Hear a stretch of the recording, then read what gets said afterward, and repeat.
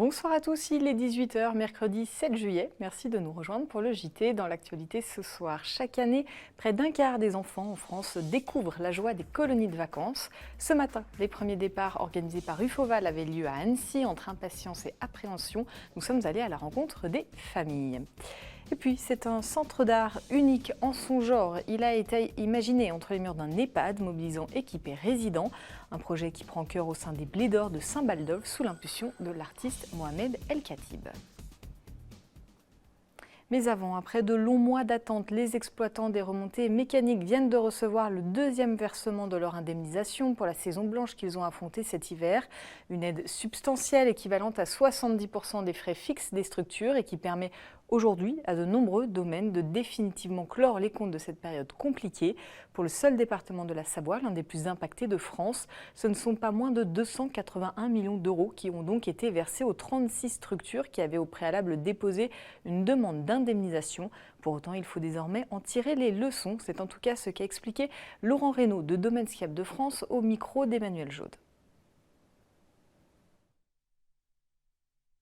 La totalité des opérateurs qui ont soumis leur demande et qui pouvaient le faire jusqu'au 30 juin ont touché aujourd'hui le montant qui était convenu. Je le redis, les 2/3 des charges fixes qui avaient été engagées. Il reste donc un déficit, c'est obligatoire. C'est évidemment pas quelque chose qui répare complètement le préjudice, mais ça évite les catastrophes et ça permet de se projeter sur l'hiver prochain avec toute l'énergie dont on avait besoin. Ça permet aussi de réaliser malgré tout un certain nombre d'investissements, pas autant que sur une année normale, c'est sûr, mais de faire vivre aussi tout l'écosystème des fournisseurs qui fournissent les stations de sport d'hiver et qui n'auraient pas pu se passer d'une année complète d'investissement. Donc ça évite le pire et le quoi qu'il en coûte a été au rendez-vous pour les opérateurs de Domaines Skiables, même si évidemment on aurait préféré que les décisions de fermeture ne soient pas prises ou pas prises de cette manière. C'est évidemment un soulagement pour nous, mais c'est aussi une incitation l'année prochaine, en fonction de la situation sanitaire, à peut-être tirer toutes les leçons de cet hiver et de la façon dont nos voisins suisses en particulier ont géré la pandémie dans leur station de montagne, puisque vous le savez, la Suisse a ouvert ses remontées mécaniques et nous aimerions bien sûr l'an prochain qu'on nous laisse une chance de démontrer notre savoir-faire et notre capacité à accueillir les clientèles dans des conditions de sécurité tout à fait satisfaisantes, s'agissant d'une activité en plein air, évidemment, et dans laquelle le risque de contamination, aujourd'hui, c'est tout à fait prouvé, est minime. Je vous le disais en titre, aujourd'hui c'était le jour des premiers départs pour les colonies de vacances en Haute-Savoie. 1000 enfants partiront entre aujourd'hui et dimanche dans le département. Depuis plus de 70 ans, Ufoval de la Fédération des œuvres laïques 74 propose des séjours pour tous les âges et dans des destinations variées. Ce matin, enfants et parents étaient partagés entre joie et inquiétude. Nous étions à l'école de Novelle du côté d'Annecy avec Agalt Bilstein ce matin au départ des premiers cars. Reportage. Ils arrivent des quatre coins du département. Les valises sont bouclées, les parents prêts à laisser leurs enfants entre les mains des moniteurs. Ce matin, 4 groupes prennent la direction de la Corse, Saint-Raphaël ou des Issambres dans le Var pour 15 jours. Alors, le test PCR, vous pouvez voir. C'est juste pour vérifier. Parce que sinon, on ne laisse pas prendre le bateau, on y allait à Pâques et c'est vrai qu'ils regardaient que ça. On va déménager là, donc comme on avait du travail et tout, qu'on ne pouvait pas les s'occuper d'eux vraiment pendant le début de ces vacances, on a dit qu'ils seraient mieux en colonie, quoi. Pour eux, ça sera bien, en plus ils ne connaissent pas la Corse. Je sais si on va faire de la plongée et on va visiter des endroits. Laisse-moi suivre. Cette année, plus de 5000 enfants partiront en colonie de vacances avec Ufoval. Pour ce premier départ de l'été, ils étaient plus d'une centaine à prendre la route en bus ou en train depuis la gare d'Annecy. Parmi eux, il y a les novices qui tentent pour la première fois l'expérience et les habitués comme Anthony. C'est bien, il y a du soleil et une belle vue. Voilà. C'est toujours un peu compliqué de laisser partir son enfant. Et c'est surtout les 10 heures de quart qui sont un peu stressants. Après le reste, une fois qu'il est sur place, c'est pas grave. 6 heures de quart, ça va, j'ai mon téléphone. Mais voilà, c'est ce qui est le plus stressant. Après le reste, on sait qu'il va être bien, quoi. C'est la première fois que je vais en colonie et j'ai un peu peur. J'aimerais bien jouer avec d'autres filles de mon âge et aussi d'aller me baigner s'il fait vraiment très chaud. C'est un peu l'inconnu, je pense, pour nous et puis pour elle aussi. Mais il n'y a pas de raison, je pense que ça va bien se passer. Ça va être sympa. Vous allez faire plein d'activités. Ouais. Que les plus réservés se rassurent, il y aura de quoi se faire des copains. Les restrictions sanitaires concernant les colonies de vacances ont été levées, mais tardivement, le 19 mai dernier. Depuis début juin, c'est la grande affluence. On a rarement eu autant d'inscriptions en si peu de temps. D'habitude, les inscriptions se font de mars à juin. Et là, tout s'est concentré sur le mois de juin. On est sorti d'une période de chômage partiel, vu que nos centres de vacances étaient fermés, vers une période très intense en termes d'activité. Mais nous, on est plutôt contents parce que du coup, nos centres de vacances seront bien remplis cet été. Mathieu et Maria. On n'a oublié personne ? Seule spécificité cette année, il n'y aura pas de départ à l'étranger. Pour le reste, la cérémonie des au revoir s'est déroulée comme d'habitude. Un dernier bisou et les voilà partis pour quelques heures de bus et 15 jours de détente. Chaque année en France, plus d'1 million d'enfants partent en colonie de vacances. Et pour ceux à qui ça aurait donné des idées, des places sont encore disponibles pour des départs au mois d'août. Toutes les informations sont sur le site folle74.org. L'établissement français du sang vient de lancer un appel aux dons, pour ne pas dire une alerte. Les stocks disponibles sont bien en dessous des seuils nécessaires aux besoins en sang des hôpitaux. Jean-Paul Crespi s'est rendu au centre hospitalier Alpes-Léman pour suivre le parcours d'une poche une fois le don réalisé. On regarde. Chaque mois, le centre hospitalier Alpes-Léman utilise plus de 200 poches de produits sanguins issus du don du sang. Des produits suivis et contrôlés avant chaque transfusion, des produits dont la traçabilité ne souffre d'aucune lacune, sans oublier le respect de la compatibilité des groupes A, B, O et Rhésus. Car les procédures sont multiples pour assurer une sécurité optimale aux patients transfusés. Autre impératif, le sang est un élément biologique vital, constitué de plasma et de cellules, et la durée de vie d'une poche de sang n'est que de 42 jours. La transfusion, c'est toujours, entre guillemets, l'échec des autres traitements possibles. On vient toujours à la transfusion quand on n'a pas pu faire autrement. Dans ces situations-là, on n'a pas le choix. C'est la poche de sang, la poche de plasma, la poche de plaquettes qui sont les traitements salvateurs et immédiats. Mais dans tous les autres cas, ce sont des maladies de l'hémoglobine qui sont très fréquentes, qu'on appelle des thalassémies, des drépanocytoses, pour lesquelles aujourd'hui il n'y a aucune alternative. Il en existe à des stades de recherche qui sont prometteuses, etc. Mais pour l'instant, pour que les gens mènent une vie normale, ils ont besoin, pour certains, d'être transfusés de 2, voire 3 poches de sang tous les 15 jours, toutes les 3 semaines. 47% des patients transfusés souffrent de maladies du sang et de cancers comme les leucémies ou les lymphomes. Les interventions chirurgicales concernent, quant à elles, un peu plus du tiers des patients transfusés.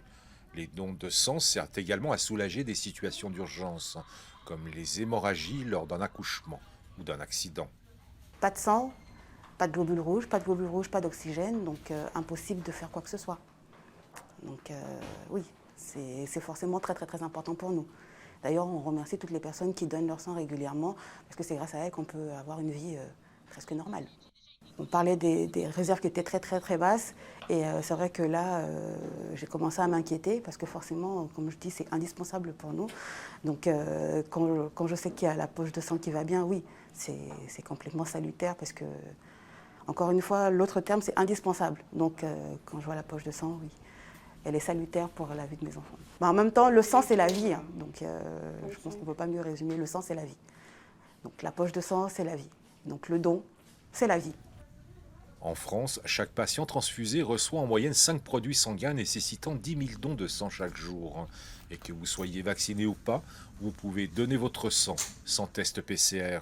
Seul changement avec le Covid, vous devez attendre 14 jours après la disparition des symptômes pour pouvoir donner votre sang. Vendredi 2 juillet, l'EHPAD Les Blés d'Or à Saint-Baldolphe, en Savoie, a présenté les premières œuvres des résidents pour son futur centre d'art. Un projet porté par les artistes Mohamed El Khatib et Valérie Mréjean, en association avec Malraux Scène Nationale, qui se concrétisera en janvier 2022. Maureen Alibert a assisté au vernissage.